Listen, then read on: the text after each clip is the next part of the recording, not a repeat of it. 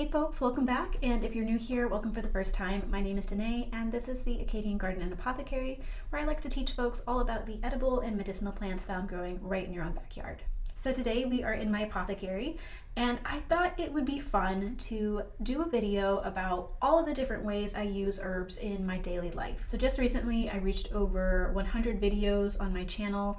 I've been making videos for about 3 to 4 years at this point, and I've been practicing herbalism for over 5 years. And I have tried lots of different things. I've done some videos on different herbal recipes, things from teas to tinctures to balms, and I thought it would be a good opportunity to just share exactly what I'm using in my day-to-day life now, and hopefully this can give you ideas about how you can incorporate herbs into your daily life as well. So this is not just something that I do to make YouTube videos, this is something that I incorporate into my daily life in multiple ways, not just making teas. So I'm going to break this video into 3 sections. The first section will be how I use loose leaf teas and certain other herbal treats. The second section will be different, more concentrated herbal medicine. So we'll be looking at glycerites and tinctures and that sort of thing. And then the final section will be how I like to use herbal beauty products. If you are a new or aspiring herbalist and you just have no idea where to start or even things to make that are actually useful, this will be a great video for you.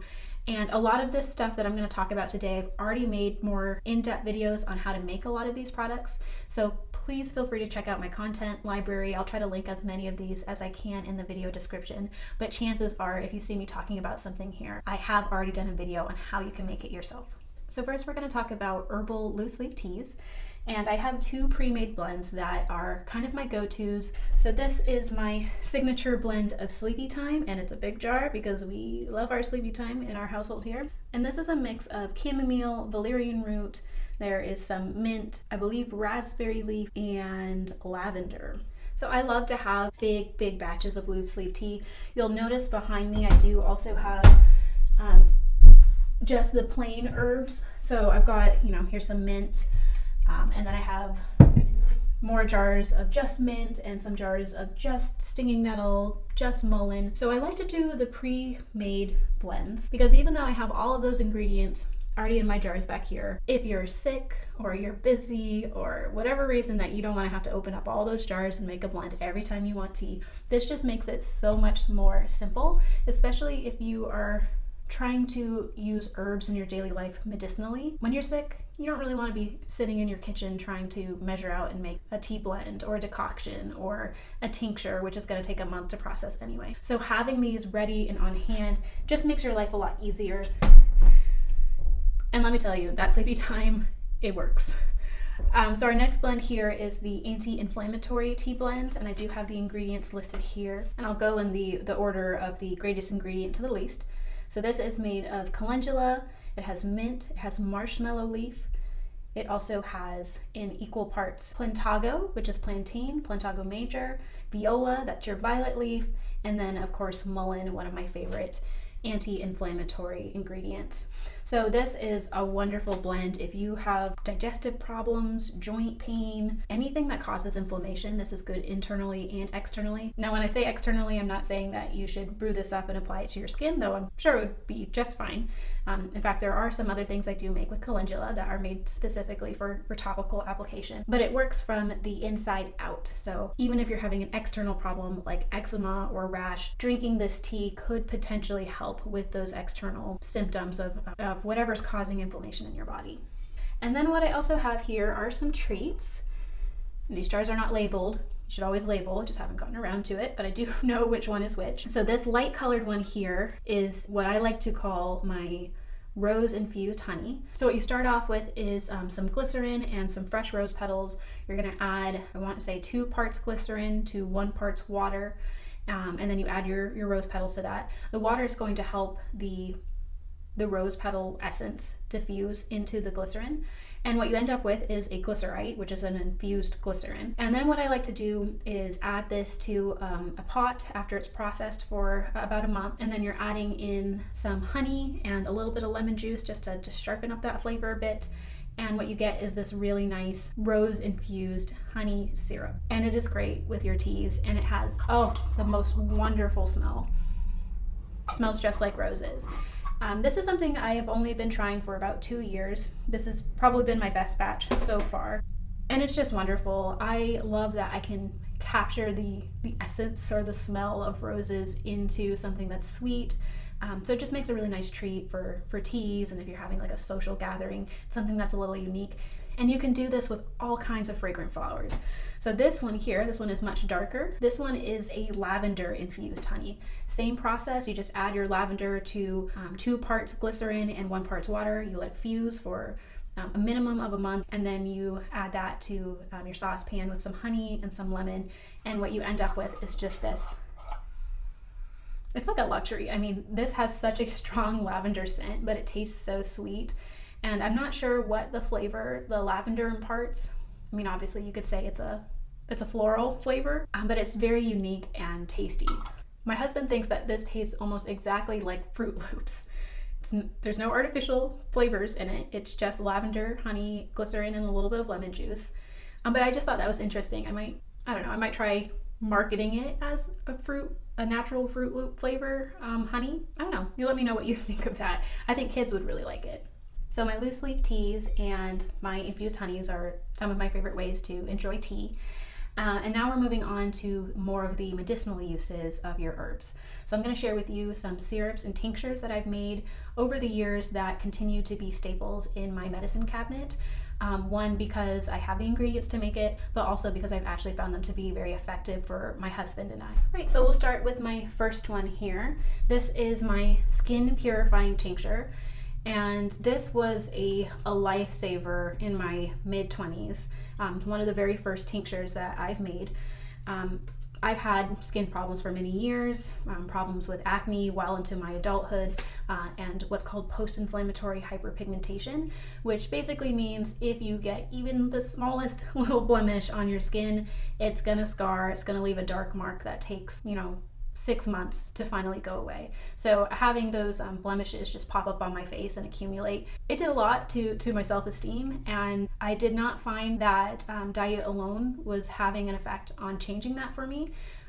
Now, to be certain, there are many, many reasons people can have problems with acne or rashes or just other blemishes. If you are one of those people and you've heard the whole, you just need to wash your face better, or you need to use this product, or you need to use that product, and you get a little frustrated, I totally understand. So I'm not saying that this will work for you, but I have found that this tincture did a lot for helping me, especially with hormonal acne, which I think was the main culprit of my breakouts. So this skin purifying tincture is made of a number of herbs that are useful for supporting the detoxifying organs in your body, so your liver and your kidneys, as well as some blood purifiers. So this contains red and white clover, dandelion root, and burdock root. Red and white clover, those are really great blood detoxifiers. They have lots of different medicinal uses. I believe red clover also has some benefits for those who have breast cancer, or as a breast cancer preventative. I'll try to link the study in the video if I haven't already talked about it in another video. And then dandelion root and burdock root, these are amazing detoxifiers. So I made this tincture out of 100 proof vodka. Tinctures, as long as they're made correctly, never go bad. So this is over a year old at this point, and I haven't opened this bottle yet because I usually make extra. But I like to add this tincture, I do like a dropper, add it to my daily tea. It doesn't taste very good, so this is definitely something you want to have with a tea that you like the flavor of, or you can use one of your infused honeys. And this is just great for helping me with hormonal acne. All right, next is my headache syrup. So this was a really fun one to make. It's a bit more of a complex process than some of my other syrups and tinctures. So this was made with a rose petal glycerite, violet leaf tincture, and coriander hydrosol. So if you're not familiar with what a hydrosol is, if you have access to a distiller, and there are many shapes and forms of distillers, I use a copper onion head alembic still. This is where you add all of your herbs to a big pot and you steam it. And that steam is going to carry a lot of those essential oils. And then it ends up condensing into a bottle like this. So this is actually some of my coriander hydrosol. And as you can see, it's very clear. But if you open this jar, it is not water. It is a very strong coriander hydrosol. So it has all of those essential oils concentrated in a liquid form.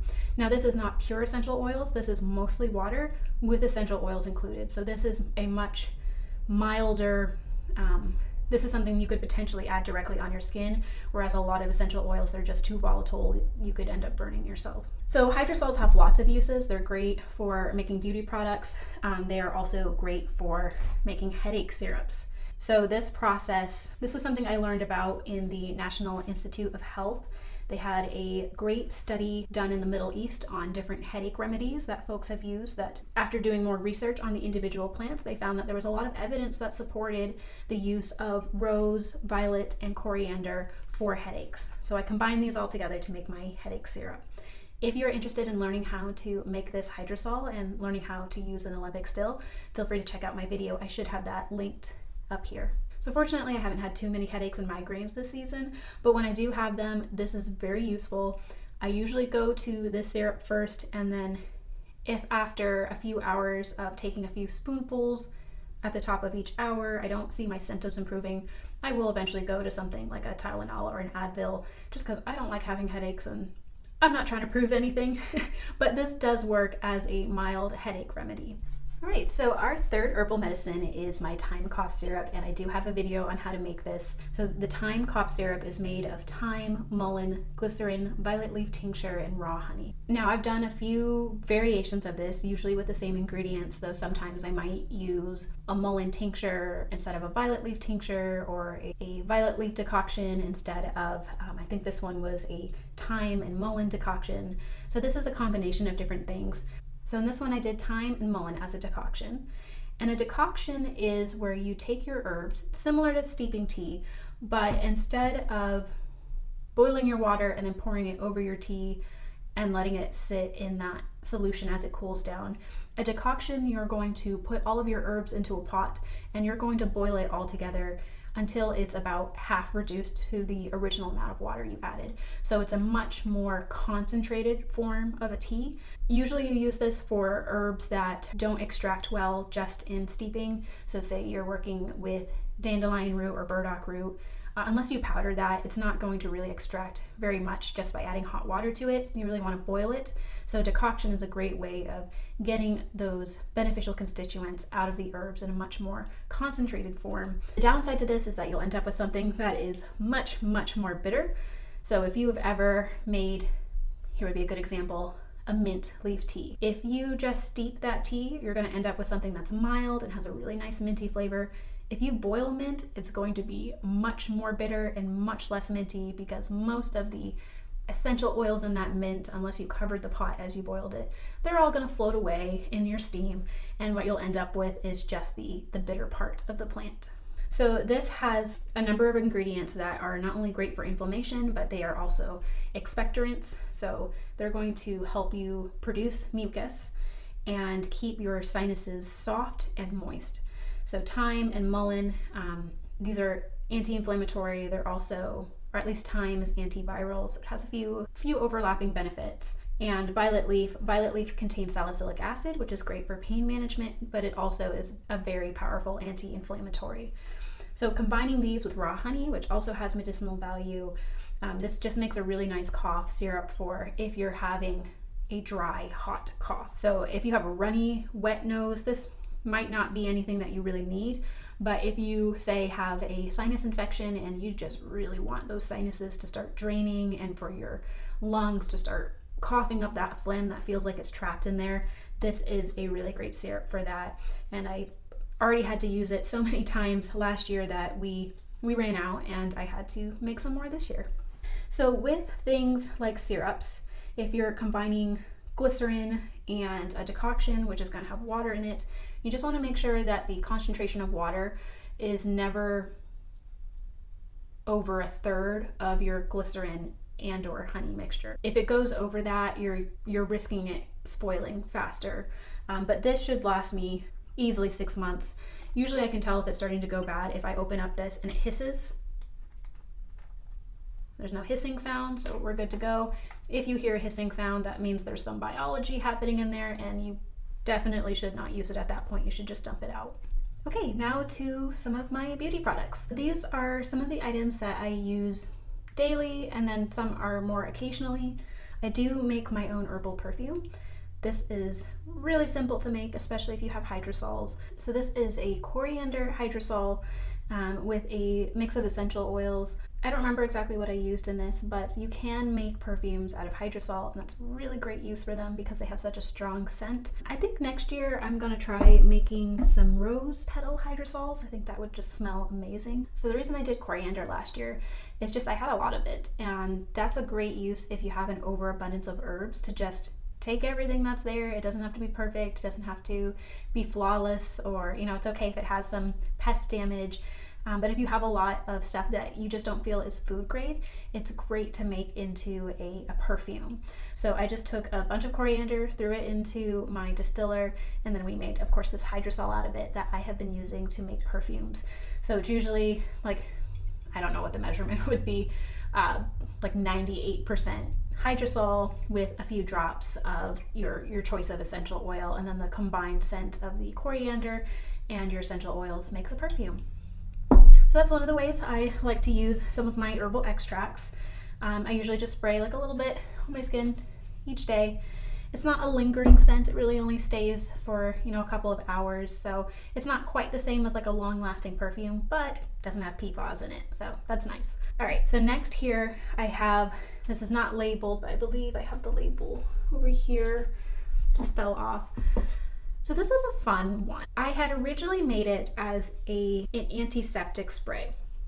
So my whole idea was my husband had used my Olympic still to make his own grain alcohol, and we had that grain alcohol in hand. And then I wanted to see if I could make my own hand sanitizer. This was kind of right on the coattails of COVID-19, and when we had the great hand sanitizer shortage and folks were making it out of all kinds of alcohols. Do you remember the tequila scented hand sanitizer? This was my attempt to make my own version. I don't know how well it actually works as a hand sanitizer. I have no way of really measuring that, but I will say this has worked so well as a facial toner. So well, in fact, I think it's actually helped with some of my acne problems, especially with ongoing infections. So this is made of 60 proof ethanol, 90 proof St. John's wort tincture, 100 proof usnea tincture, and some aloe vera and glycerin and tea tree oil. So obviously the alcohol is there as a disinfectant.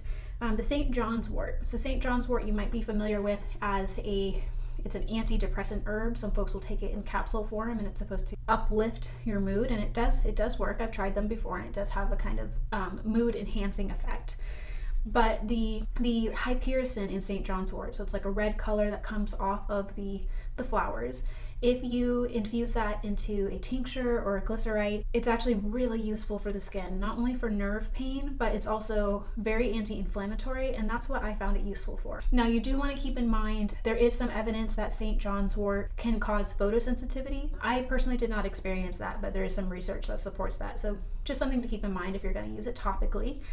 You might want to wear a sunscreen on top of that if you're going to be directly out in the sun to prevent further UV damage. So yeah, the St. John's wort is great as an anti-inflammatory. And then what we also have in here is a 100 proof usnea tincture. So usnea is a lichen that grows on trees. It's also known as old man's beard, and it is a well-known antibiotic. So I have a book here. If you're looking for a book that really goes into the weeds on different types of herbal antibiotics and the ways the herbs actually work on a chemical level, I would definitely recommend anything by Stephen Herod-Bunner. He's written Herbal Antibiotics. He's also written a book called Herbal Antivirals that taught me the different mechanisms that herbs, the constituents in herbs, can be used to help with preventing colds and flu and also helping you recover faster from them. But this is one of the places I learned about usnea. And so usnea is a great antibiotic topically and internally. Folks sometimes use it for treating urinary tract infections. So I added this as another antibiotic ingredient. And then of course we have our aloe vera, our glycerin, and some tea tree oil. Tea tree oil is also an antibacterial and antibiotic. That's one I discovered when I was in college when we had to do our that standard experiment where they ask you to swab some gross place in a dormitory, whether it's your phone or the bottom of a shower stall, and then you get to choose what you use as an antibiotic or antibacterial and see what happens in your separate petri dishes. And tea tree oil is effective at treating lots of different bacteria. Glycerin is a humectant, which means it doesn't moisturize on its own, but say your skin is already moisturized and it's supple and it's, you just took a shower. If you add glycerin on top of that, it actually helps to seal in the moisture. So my intention here was to make something that wasn't too harsh on the skin, along with the aloe vera, which of course is just a great moisturizer and anti-inflammatory. So like I said, I made this originally to be a hand sanitizer. What I found it most useful for is as a facial toner. So I'm almost out, and I'm so sad because I don't have any more St. John's wort tincture. I just didn't get around to making any this year, so that's a little disappointing, but I use this every day, sometimes twice a day. I get out of the shower, my face is fresh and clean. This is the very first thing I put on my skin. I just spray a little bit into my hand until I have a puddle, then I wipe it on my face, and then if I need to, I'll put on a moisturizer on top of that. But this has done so much for my acne, and then if I do have a breakout, I heal so much faster, and it just feels great on the skin. If you use pure glycerin or even a diluted version of it, you can get kind of a tackiness on your skin. In the amounts that I use to make this, and I don't have it listed on here, but I'm sure I do in one of my notebooks, it's the perfect amount, works great as a humectant, it doesn't leave that sticky tacky feeling, and I just feel like the other ingredients are just helping my skin heal faster and eliminating any surface bacteria that might contribute to an infection. So this is awesome, love it. Some other things I have here, this is a calendula salve, and it's almost empty. In fact, it is empty. My husband apparently put it back empty. I'll have to get him another one. But I made large batches of this. So this is just very simple. It's calendula infused into olive oil and then combined with beeswax and your choice of essential oil, and what you end up with is a salve. And this can be used for lots of different things. Some folks use it for treating topical rashes. I don't use it. My husband uses it as a beard oil, and it smells pretty good. I can always tell when he's used it. But I make him huge batches of this. The ones that he's currently using just go straight in our bathroom, and the ones we're not using, those go into our freezer, and it just helps preserve them for that much longer. All right, along with that, I have my skin healing salve, and I'm not sure if you can see, I did label this.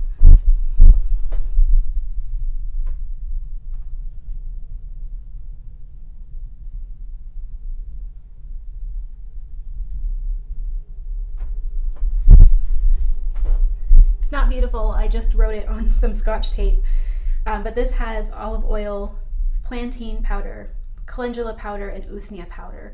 So how this is different from the calendula salve, and if you look inside it, the calendula salve has just like a beeswaxy kind of yellow, off yellow color.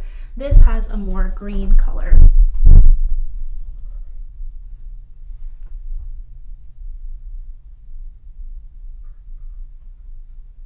And this absolutely is for topical applications. So plantain and calendula are both great anti-inflammatories, both topically and internally. But plantain is also really great for things like stings. I've used it for bee stings. I've used it on stinging nettle rashes, and it works really well. If you're interested in seeing my little experiment with that, feel free to check out my video here. So this was really just for topical applications, cuts, sores, wounds that won't heal very fast. So the difference is that instead of infusing the olive oil, I actually I dehydrated the plantain, calendula, and usnea, turned it into a really, really fine powder, and then I added that powder into the olive oil beeswax mix. So a little bit of a different process, makes a different product. This is not something I would recommend using as like a hair care product, because of course it has the solid particulates in it that will end up in your hair, but putting this as something like under a band-aid to help heal a wound that's taking a while, I found this useful. I don't think I will be making this again, and the only reason is I found something that works better for me that is, I think the term is non-comedogenic. Basically, it doesn't clog the pores. If I put this on my skin, it might heal the wound, but I'll just break out anyway, and then you're kind of having the same problem again. So I didn't find that this worked as well for me, and I probably won't make it again. But I did make its sister. So this is the same thing, but it's an infusion. and there's no powder. It's just calendula and usnea and plantain infused into olive oil, strained out, and then made into a liquid form. So what this is a roller. It's got a little metal